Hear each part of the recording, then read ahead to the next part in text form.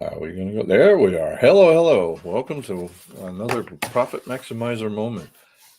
This week we're going to talk about the year-end checklist to make 2026 more profitable.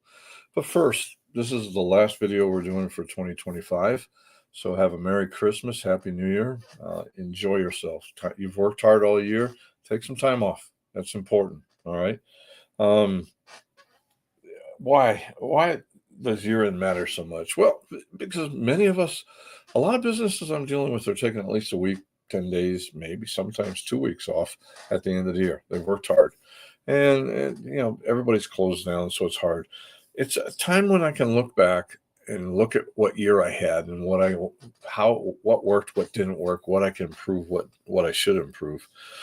Too many of my business owners wait till I do their tax return to see if they actually made money and to plan, and that's just not going to work. Okay, I'm going to give you a simple year-end checklist right now of how to try to avoid some mistakes. So, first thing, sit down and look at your numbers. So, I'm assuming for starters that you have your numbers up to date. If you don't, that should be number one thing you do. All right, get good information. Because if you don't, you're going to miss things. You're not going to notice. I've sat down with clients this last month because I'm doing year-end tax planning, and I'm showing them things that they didn't know. All right, and things they need to improve, and it can cost you a lot of money. I have a quarterly meeting with one of my bigger clients, and we often find things that they didn't know, so they have to go research and see what's going on. A lot of times they do know, but they don't understand how it's affecting their bottom line. All right. You might not see spending patterns. I always look at not just that, income statement for the whole year of December. I'll look for it by quarter and then by month to try to get a better feel. Might not even realize margins are weakening. I see that a lot because everybody's getting squeezed. I can't pass. My costs are going up. The customer's costs are going up, but they can't pass it 100% to the customer. So they're making less and less on their margins, which goes down to the bottom line. But you got to recognize that early enough so you can do something about that. So first, you need to make sure your profit and losses and your balance sheet are accurate. You make sure that you know what you're spending and what your customers are spending. So you can also look and make sure you know if they stop buying. That's something important to look at. And then I like to look at the end of the year and say, every expense item start at zero. So if I spent $5,000 on office supplies, start at zero. What do I really need? Don't take 5,000 and increase it by 10%. So that's called zero cost budgeting. Don't do government budgeting. Is what I'm saying. Sorry, picking up stuff. Once you've done that, always look at your receivables and payables, because those first start with receivables. Sit down, look at who hasn't paid you, and promise yourself in January you're going to attack that and clean that up. Get everybody to pay you. All right. Look at overdue invoices. If you can get it done before the end of the year, great. But I mean, if you're taking some time off, start in January. Don't forget late billing. Bill on time. Even if you're going to take time off, bill. Okay. Get your line of credits in place. Do things like that to make sure. But your receivables and payables, make sure get with your tax preparer and see if you're on a cash or an accrual basis. Cash basis means basically I deduct it on my tax return and pick it up I deduct expenses on my tax return when I pay them. Accrual means I deduct it on my tax return once I get the bill. All right. So figure out which one you're on. And if you're on a cash basis, make sure do like I do. I'm on a cash basis. Come in on January 31st, January 30th, January 29th, whatever. If I'm taking time off, write everything I can. Prepay rent, do whatever you need to do. All right. Pay all your bills. Delay non-essential spending as much as you can if you have a cash flow problem. Start off January clean. But if you're not sure, get with your CPA. Have them go over the numbers with you. We're trained for that. I've been doing this.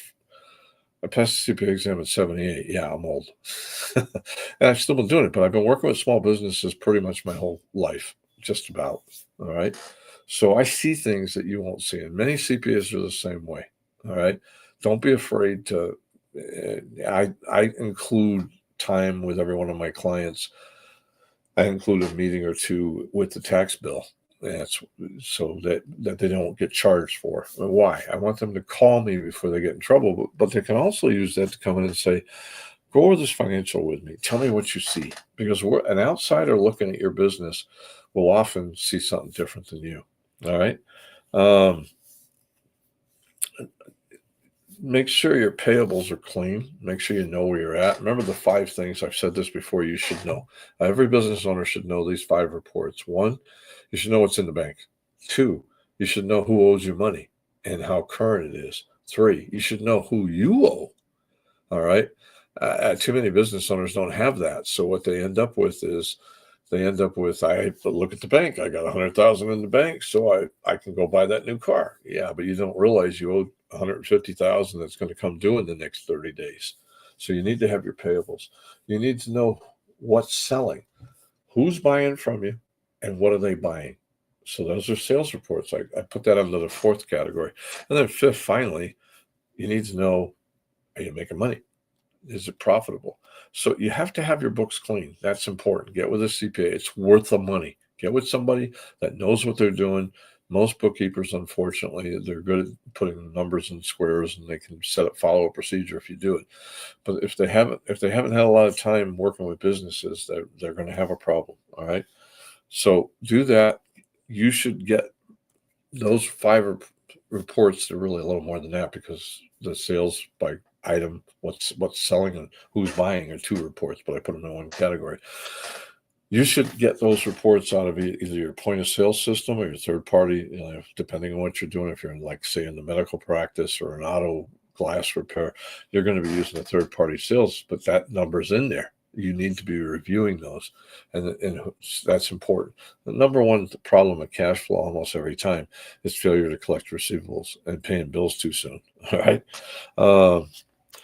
Then it's already kind of late for this, but put it on your calendar for next year. You need to prepare for the tax deadline. So first, get your records straight. 2, do some tax planning. Here's a simple question. All right. Is your tax preparer busy in November and December? If the answer is no, then they're just putting numbers in boxes and letting the program tell them what you owe. All right. I am swamped in November and December because I do tax planning, which means I'm sitting down and looking at just about every client I have and seeing if they're going to have a tax question, and then sitting down and looking at ways to cut their taxes. On average, when we have a meeting, it's $40,000 to $45,000 savings. All right. Some are higher, some are lower. I mean, even if it's only $10,000, 10 or 12,000, we always come up with at least that much. Sometimes we're up in the $250,000 range, depending on the situations. All right. So never do anything large without your tax preparer, and find a tax preparer that's busy in November, December, because they're doing tax planning.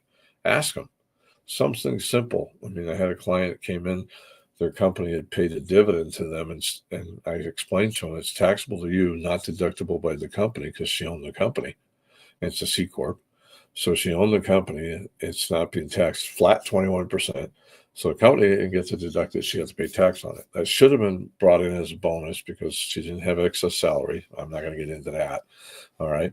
The company would have been able to save $21,000. Yes, it would have had to pay Medicare of $2,900. Okay. I'm going to pay $2,900 to save $21,000. No brainer. She asked me, well, why didn't my prior accountant tell me? I can't answer that. Truth of the matter is, too many CPAs don't do tax planning. Tends to be younger people that are younger CPAs, and they're busy. That's the problem. But find out if your tax preparer does tax planning.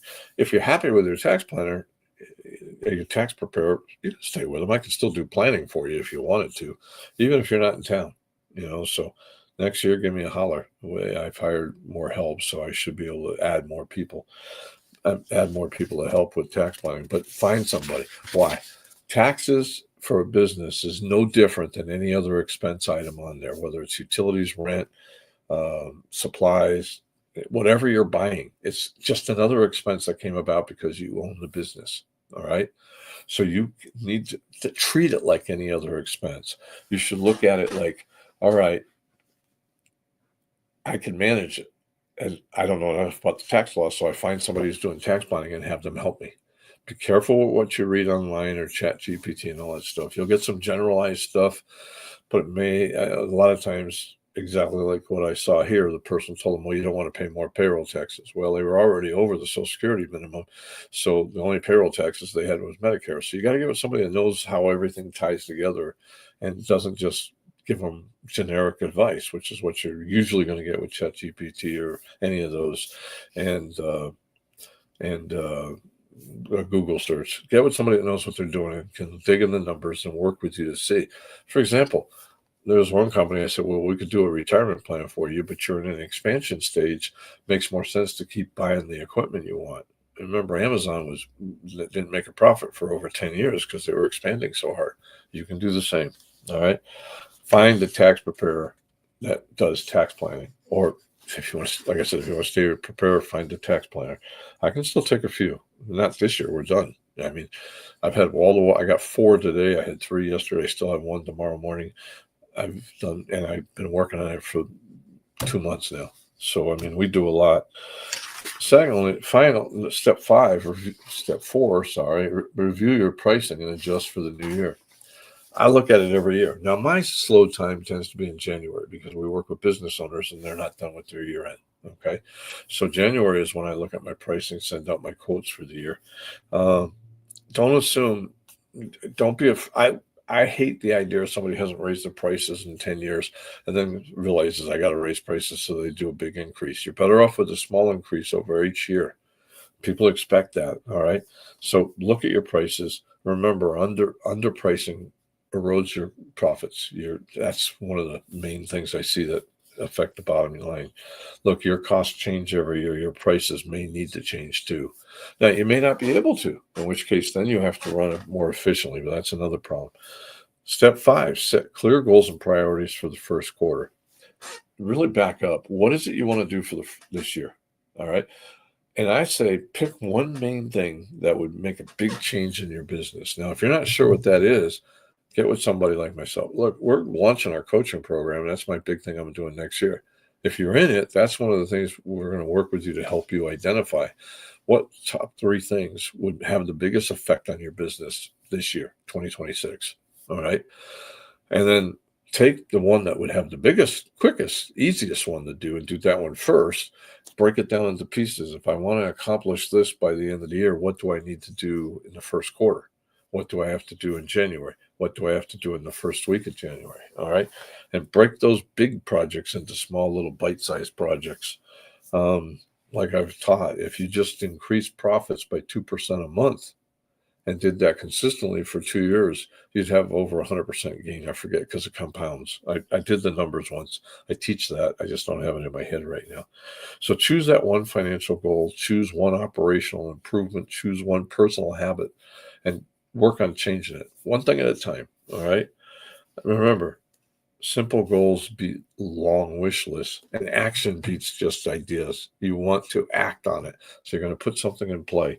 And if you're like me, sometimes I hire coaches mainly because I know I'll get around to it someday. But if I have a coach and I paid them.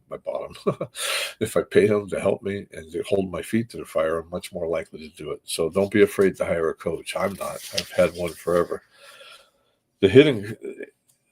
Don't skip year-end tax planning, all right? Because it's going to cost you money. Your cash flow problems will come about because you don't know. I do a budget for the whole year so that I'm not surprised based on my current customers, what they're likely to buy, and then my marketing program and what I think it'll bring in. All right. Don't miss tax savings. Don't overspend on the wrong priorities. When I look to buy equipment or hire somebody, they should do one of 2 things. One, it's going to help me. It's going to free me up so I can go sell, or it's going to save me money. That's it. All right. And you don't want to have that strange confusion and everything. Look, a few hours of planning every month. It started in January, but I ask you to do 4 hours a month. All right. 4 hours a week. I'm sorry. If you take 3 to 4 hours a week and plan, you're going to be so far ahead of your competition. It's crazy. And it eliminates a lot of the stress. All right. There's a lot of things that come up. I mean, I kind of went over some ideas as we go, but I told you about somebody who had an expense. They didn't even know they had an expense till they did the tax return 6 months later because somebody in their office had decided to do it. I had somebody who was so far behind on their cash flow. When I looked at it, they weren't doing a good job of collecting their receivables, and I've covered that before. Go look, and you'll find where I put how to collect receivables both on the blog and in our YouTube channel. All right. And pricing, definitely stay on top of pricing. So look at what your customers are doing. Look what your competitors are doing, and don't be afraid to do it. All right. So ask yourself some questions here. What worked this year? What did not work? Where did I lose money? Where did I make the most money, and what caused that? What needs to change for 2026? And then work on that. Look, this is something you can really do. It doesn't need to be complicated. Matter of fact, if it's too complicated, it won't get done. You really just need to get simple step-by-step procedures and allocate time to yourself to work on your business. All right. And if you do that, that by itself will improve profits. Get somebody to help you. Get in our coaching program when we get it launched if you don't have anybody local. You only need a clear review and a few intentional decisions can make a huge. It worked for us. I mean, we made some huge changes where all of a sudden we're making more money working less, which is what we want. Biggest complaint I get from my clients is I'm working harder and making less. Why do that? All right. So we're going to get out of that. Remember, you really want to get 2026 and make it your most profitable year ever. Like I say at the end of every one of these videos, it's not going to happen by accident. You need to start off strong. You need to have a plan. You need to get help. I mean, if you really need somebody who's going to work with you. So, hey, until next year, you have a really good holiday. Enjoy yourself. Don't take some time off. Don't think about it too much. Watch this video again. This is longer than I normally like to do, but this is kind of an important topic. And think about it. Get help. Pay attention to when we launch our coaching program. I've set it up where it's not going to be very costly. We're going to do a 3-day launch in early February, I think is the date we put. Sign up for it. It doesn't hurt anything. It doesn't even cost you anything. And we'll get into some detail on some stuff. And then if you want, I got a pretty low cost, based on the book, 90-day profit reset. So don't be afraid to do it. So, hey, until next time, Merry Christmas, Happy New Year's. Enjoy yourself. Be safe. God bless. Go to church. I'll see you there. Bye. Have a great year, and thank you.